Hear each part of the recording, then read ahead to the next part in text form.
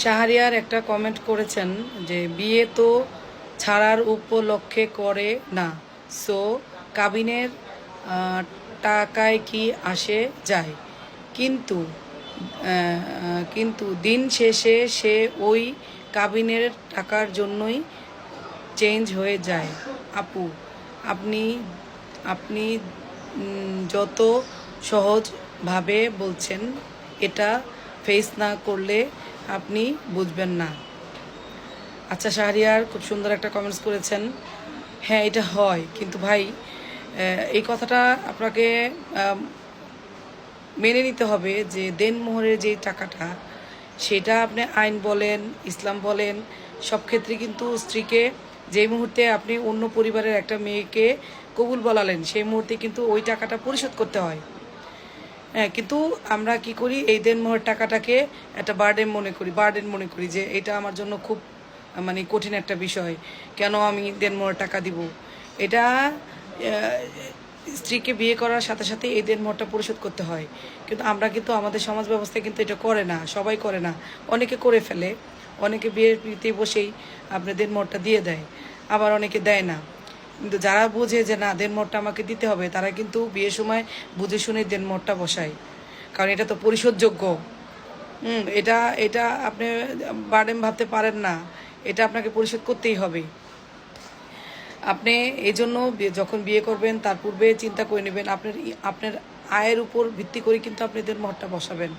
এখন আপনি ইনকাম করেন ধরেন 20,000 30,000, আপনি যদি 10 লাখ 15 লাখ 20 লাখ এরকম দেনমোহর দেন, তাহলে তো ভাই এটা আপনার জন্য কষ্টকর হবেই, ঠিক না? যে আমার আয় যেটা, আমি সেটা বুঝে দেনমোহর করব। আয়ের বাইরে যদি আপনি দেনমোহরটা করতে চান, সেক্ষেত্রে আপনার পরবর্তীতে এটা আপনার সহায় সম্পদ বিক্রি করেও আপনি দিতে হবে, সম্পদ না থাকলে আপনাকে জেল কাটতে হবে। এখন এই জন্য বিয়ে করার পূর্বে এই বিষয়টা আপনি ক্লিয়ার করে নেবেন যে আপনার ইনকাম কত। যেই পরিবার বিয়ের দিন বসে দেনমোহর নিয়ে ঝগড়াঝাটিকে ঝামেলা করে, সেখানে আপনি বিয়ে বসলেন না। তখনই তো আপনাকে বুঝতে হবে যে যেহেতু বিয়ে করার আগেই দেনমোহর নিয়ে ঝামেলা হচ্ছে, তো এই বিয়ে আমার টিকবে কতদিন? 2 মাস 6 মাস, এর বেশি তো আর না। তো আর অনেকে প্রেম করেও দেখা গেছে যে অনেক টাকা দেনমোহর দেন। তো আপনার মেয়েটাকে রাজি খুশি করায় আনেন যে আমার ইনকাম যাম তাই তো দিব। এমনও ছেলে আছে বেকার, অথচ তারা দেনমোহর দিয়ে রাখে 5 লাখ 10 লাখ, পরবর্তীতে আর চিন্তা করে না যে এই টাকাটা আমাকে পরিশোধ করতে হবে। এটা কোনো সামাজিকতা মেনটেন না, এটা দিতেই হবে, এটা পরিশোধযোগ্য। তো যখন বিয়ে করবেন তখন এই জিনিসগুলা সবাই যদি মাথায় রাখে যে না, আমাকে আমার স্ত্রীর হক আদায় করেই তাকে আমার ঘরে নিতে হবে, তাহলে কিন্তু আর এই দেনমোহর নিয়ে এত টেনশন আসে না বা মামলা মোকদ্দমাও হয় না।